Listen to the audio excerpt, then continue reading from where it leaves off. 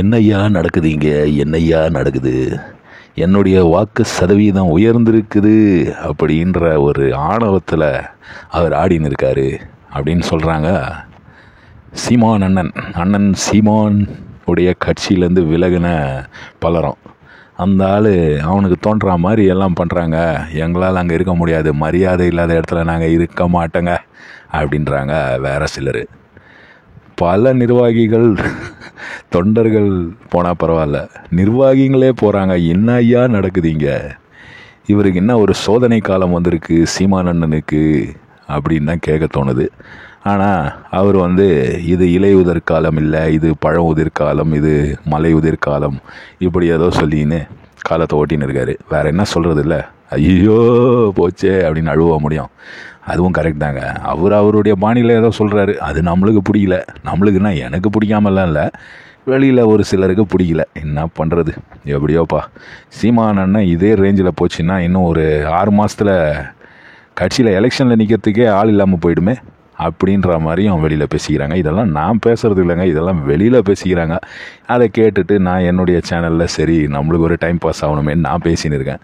இதை பார்த்துட்டு இப்போ நிறைய பேர் கொந்தளிப்பாங்க. டேய் யார் தெரியுமாடா எங்கள் அண்ணன், டேய் இவ இன்னும் அப்படியெல்லாம் கொந்தளிக்க வேணாம். நான் யாருக்கும் சப்போர்ட்டு கிடையாதுங்க. யார் வந்தாலும் தமிழ்நாட்டில் இல்லை, இந்தியாவில் இல்லை, கேரளாவில் இல்லை, கர்நாடகாவில் இல்லை, ஆப்பிரிக்காவில் இல்லை, எந்த நாட்டில் எந்த அதிபர், எந்த ஒரு அதிகாரி, எந்த ஒரு என்ன சொல்கிறது அரசியல்வாதி வந்தாலும் மக்களுக்கு நல்லது செய்தால் சரிதாங்க அப்படின்னு நம்புகிற ஒரு ஆள் நான். அதனால் எனக்கு இதிலெல்லாம் ஒன்றுமே பிரச்சனையே கிடையாது. யார் வேணால் ஆண்டுட்டு போட்டோம், ராம ஆண்டாலும் ராவணன் ஆண்டாலும் எனக்கு ஒரு கவலை இல்லை அப்படின்ன மாதிரி. நான் யாரையும் ராவணன்லாம் சொல்ல, அதெல்லாம் எதுவும் தப்பாக நினச்சிக்காதீங்க. எப்படியோ ஆனால் சீமான் அண்ணனுடைய போக்கு எதை நோக்கி போகுது, இல்லை நாம் தமிழர் கட்சியுடைய போக்கு எதை நோக்கி போகுது. அவர் வேறு பல டைலாக் விட்ருக்காரு இதுக்கு முன்னாடி. நான் புலிடா, நான் தனியாக தான்டா வேட்டையாடுவேன், நான் தனியாக கூட வேட்டையாடுவேன்டா, நான் 1,00,000 துப்பாக்கியை தாண்டி உள்ளே போனேன்டா, இப்படி பல டைலாக்ஸ் விட்ருக்காரு. அந்த டைலாகெல்லாம் இப்போ போட்டு மீமா தாக்கின்னு இருக்காங்க. என்ன வாழ்க்கடா இது, ஏன் இப்படி ஆச்சு? நானும் நடுவில் யோசிப்பேன். நல்லா தானே போய் நின்றுது, என்ன ஆச்சு இவருக்கு? அதான் தெரியல. யார் கண்ணு பட்டுது, எந்த ஆளுடைய கண்ணு பட்டுது, எத்தனை கண்ணு பட்டுது, கண்ணு பட போகுது ஐயா அப்படின்றத பாட்டு தான் ஞாபகம் வருது. ஆனால் பாவங்க அவர். ஆனால் அவர்கிட்ட சொன்னால் அதெல்லாம் ஒத்துக்க மாட்டார். நான் தனியாக நின்று ஜெயிப்பேன்டா அப்படின்னு வரவர். வேறு ஏதோ பிளான் வச்சுருப்பாரோ.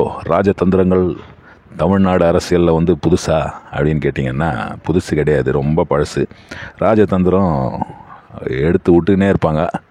நம்ம அதெல்லாம் சகிச்சிக்கினே இருக்க வேண்டியது தான். என்ன பண்ணுறது? எப்படி பார்த்தாலும் வர எலெக்ஷனில் பயங்கரமாக இருக்கும் போல இருக்குது போட்டி. பார்க்கலாம்.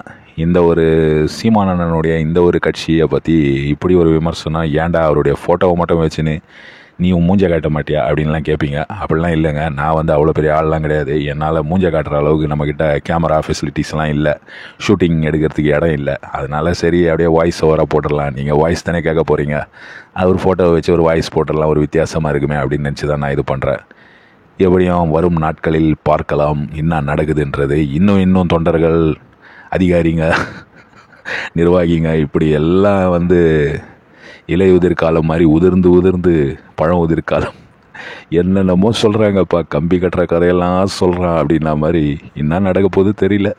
பார்க்கலாம் அவர் கட்சி என்ன ஆகுதுன்றது. இன்னும் வாக்கு எண்ணிக்கை இந்த எலெக்ஷனில் கூடுமா குறையுமா, இல்லை அவர் வேறு யார் கூட சேர்ந்துருவாரா, இல்லை கட்சியே தகுதி எழுந்துருமா? தகுதியெல்லாம் இழக்காதுன்னு நினைக்கிறேன். நல்லா தாங்க போயின்னு இருக்கு அவர் கட்சி. அவர் வேறு லெவலில் ஏதோ மார்க்கெட்டிங்லாம் பண்ணின்னு இருக்காரு, ராஜதந்திரங்கள் பண்ணின்னு இருக்காரு அப்படின்னு தான் என்னுடைய டவுட்டு. எப்படியும் வரும் நாட்களில் பார்க்கலாம்.